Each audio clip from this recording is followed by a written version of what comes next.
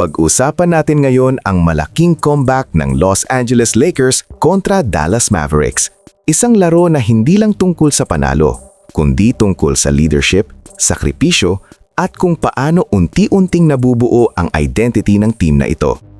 Matapos ang game, nagbigay ng pahayag si LeBron James tungkol kay Luka Doncic, habang si Marcus Smart naman ay nagpakita ng totoong grit sa fourth quarter. At may magandang balita rin galing kay Rui Hachimura tungkol sa nalalapit na pagbabalik ni Austin Reeves. Isa-isahin natin. Unahin natin ang sinabi ni LeBron James tungkol kay Luka. Ayon kay LeBron, ang pinaka-importante ngayon ay ang comfort ni Luka. Mas kampante na raw siya kumpara noong nakaraang season. Mas naiintindihan na niya na team niya ito.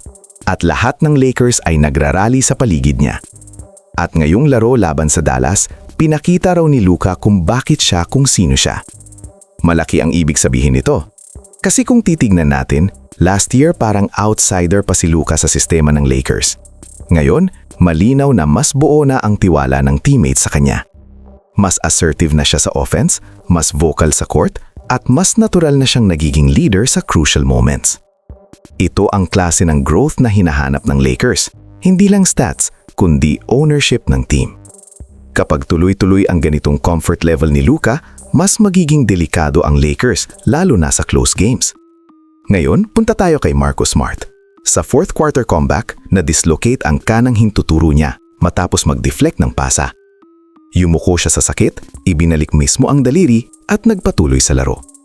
Ito ang klase ng effort na hindi mo makikita sa box score. Walang arte, walang drama, trabaho lang.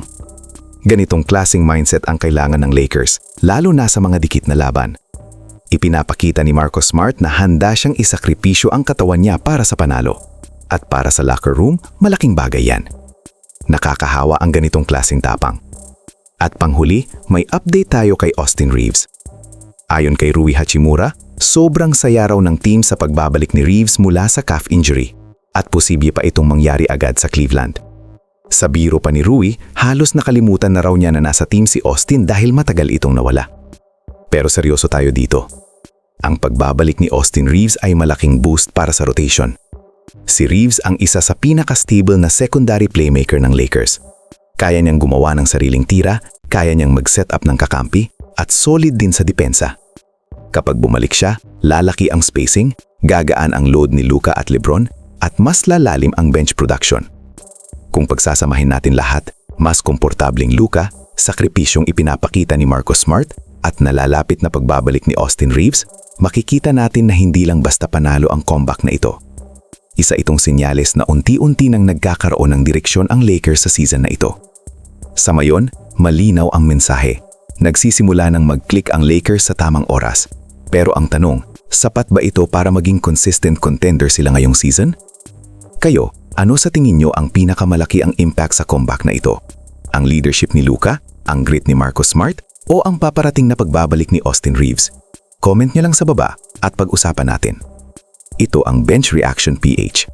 Huwag kalimutang mag-like, mag-subscribe at i-hit ang notification bell para sa araw-araw na Lakers updates.